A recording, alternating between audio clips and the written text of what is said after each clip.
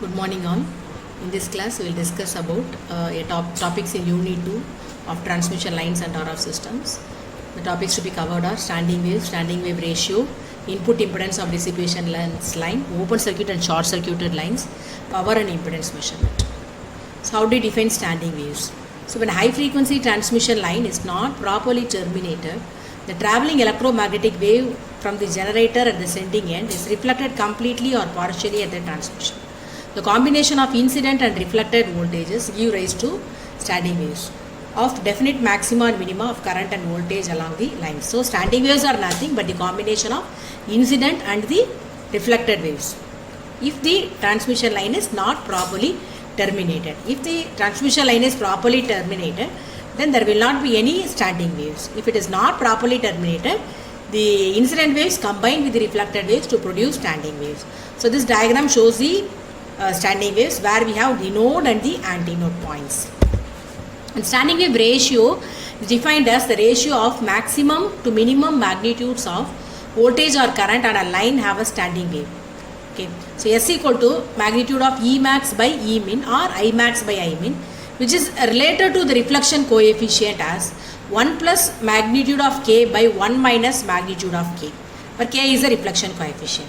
So from this, if you solve this, you will be getting K equal to S minus 1 by S plus 1. So this is the relation between the reflection coefficient and the standing wave ratio. Now if you substitute S equal to E max by E min, we will be getting the value of K reflection coefficient as magnitude of E max minus magnitude of E min by magnitude of E max plus magnitude of E min.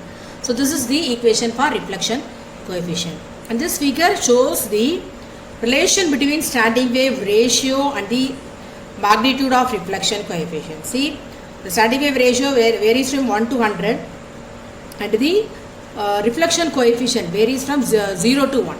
As you know, the reflection coefficient value always varies between 0 to 1. Okay, so this graph shows this. Next topic is input impedance of the dissipationless line. We are going to derive input impedance of the dissipationless line. Already we have derived equations, voltage and current equations for the dissipationless line. From that starting point, we will be deriving the input impedance. Okay, so this diagram shows the sending end and this is the receiving end. Voltage is sending end voltage is ES, IS, and sending end voltage and receiving end voltage and current are ER and IR. Terminated in a impedance ZR. Okay, so the expressions already we have derived are ES equal to ER cos beta S plus JIR R naught sin beta S. Similarly, this is the expression for IS. And as you know, the input impedance is defined as the ratio of ES to IS. So divide these two equations. Okay, so and now you multiply with this, bring this R naught to the numerator. Okay, R naught equal to R naught into ER cos beta S plus JIR R naught sin beta S divided by IR. So this is you have to take LCM. So IR R naught cos beta S plus JER sin beta S. Simplify this. Divide numerator and denominator by cos beta S. So here ER sin beta S by cos beta S will become tan beta S. So this will be the expression. Now you divide by IR. So when you divide by IR and you replace ER by IR with ZR. Okay. So the final equation for input impedance is Zin equal to R naught into ZR plus J R naught tan beta S divided by R naught plus J ZR tan beta S. This is the expression for input impedance, and we can also represent in some other form.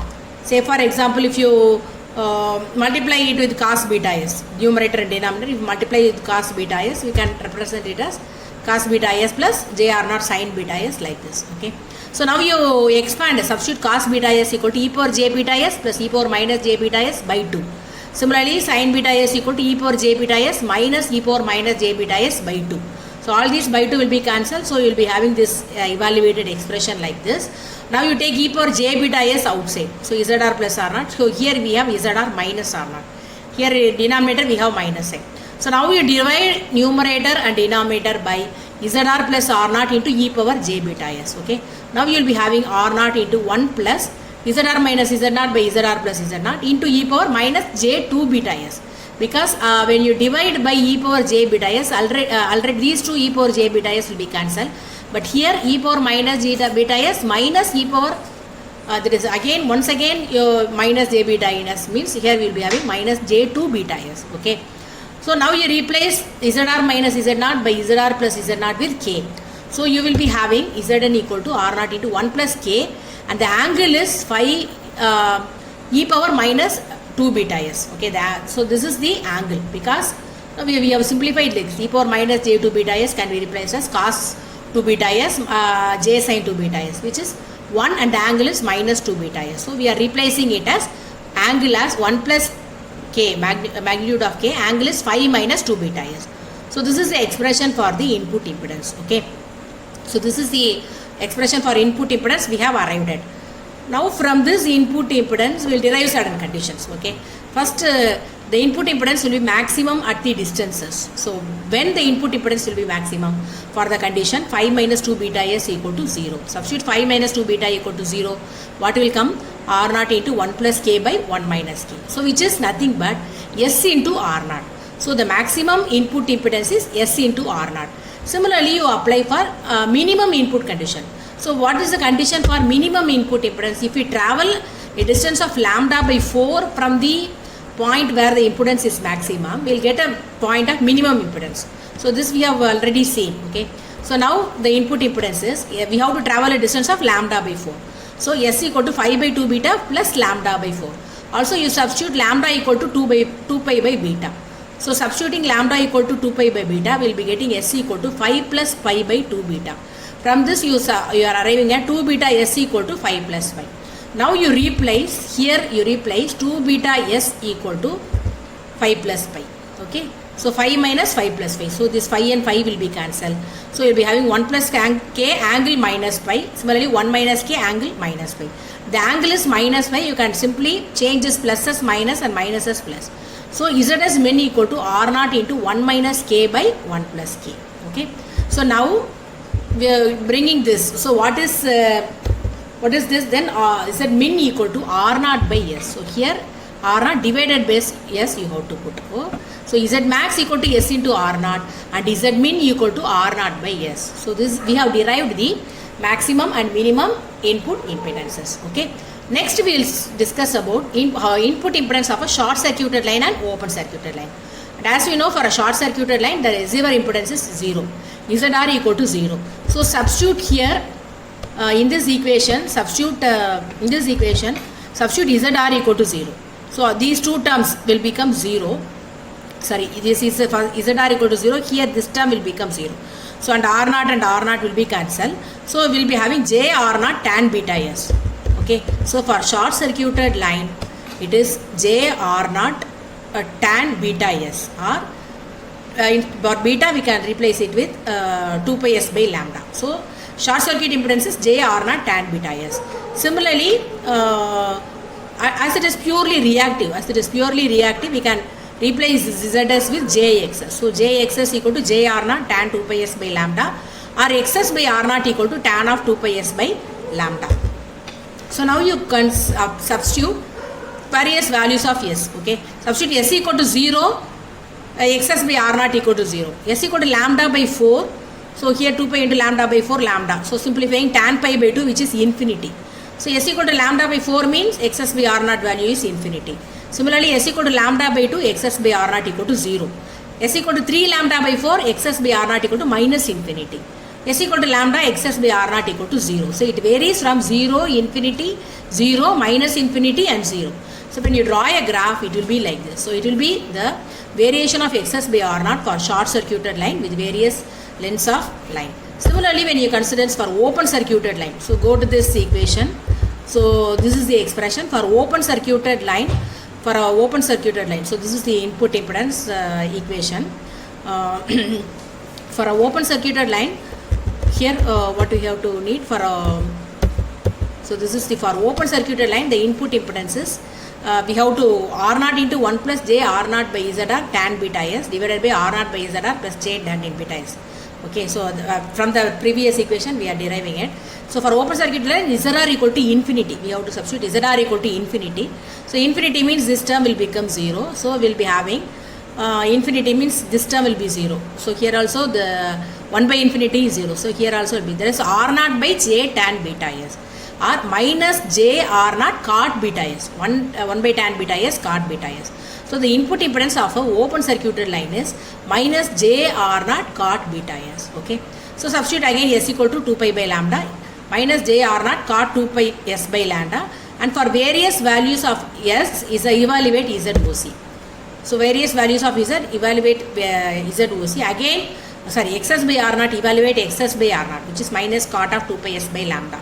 So again it varies from minus infinity first, 0, infinity, 0, infinity, like this we are getting. Okay, so we are getting a graph like this for variation of xs by r naught for a shorter line with various lengths of line. For first quarter wave line, short circuited line acts as an inductance, while the open circuited line acts as a capacitance. After each quarter wave line, the nature of reactance reverses. Thus the value of impedances tend to maxima and minima. Okay. So this is the analysis we have made. Next we will go to the topic power and impedance measurement on line. So the expression for E and I we have already derived, and this phasor diagram representation of E and I. So A represents the equation for E, that is so positive K, and this B represents the I, that is minus K, and the angle between the two E and I is phi minus 2 beta, minus 2 beta is. Okay. So here E max is given by IR into ZR plus Z0 by 2 into 1 plus K. Similarly I max is given by this expression. So E max by I max equal to R naught, and E min by I min equal to R naught. I min equal to IR into IR magnitude of ZR plus R naught by 2 R naught into 1 minus K. So when voltage is maximum, incident and reflected waves are in phase, and for minimum voltage, phase reversal of reflected voltage and current exists. Okay. So this is the expression for E max and I max. Similarly, when you consider E max and I min, derive this. This is the expression for E max, and this is the expression for I min. I min, their phase reversal exists, 1 minus K. So dividing these two, E max by I min, you will be getting S R naught. Again, this is the maximum R max. Already we have derived this. Again, these through voltage and current equations we are deriving. Okay. So E max by R max equal to S R naught, and R min equal to R naught by S. And power is given by E max square by R max, and also E min square by R min. Multiplying these two equations and substitute R max equal to S R naught and R min equal to R naught by S. So we will be getting this P equal to E max E min by R naught, or I max I min by R, I max I min into R naught. So maximum power will be transmitted if magnitudes of E max and E min are equal. This is possible for smooth line with no reflected waves. Next we will see how to measure unknown impedance. So unknown impedance is measured, can be measured by standing wave measurements. So for carrying such measurements, bridge circuits are used. For unknown impedance, as we know, bridge circuits are used, and the characteristic impedance of the line must be known. So the impedance of the input impedance is that is minimum resistance is R naught by S.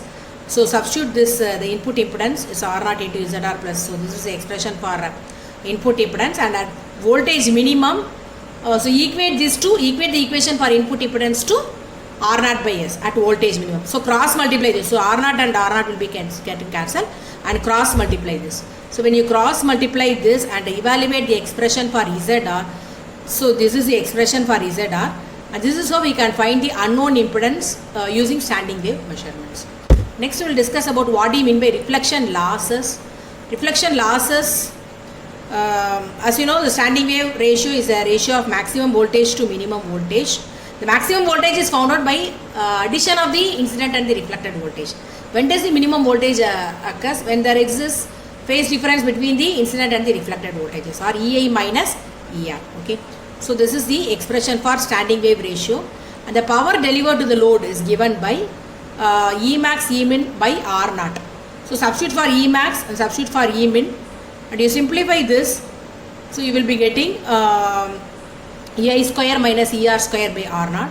So the ratio of power delivered to the load to the incident power is given by P by PI equal to, so the power delivered to the load is the incident power minus the reflected power, PI minus PR by PA, which is given by, when you found, it is given by 1 minus K square. So this is the reflection loss, and this substitute K equal to S minus 1 by S plus 1.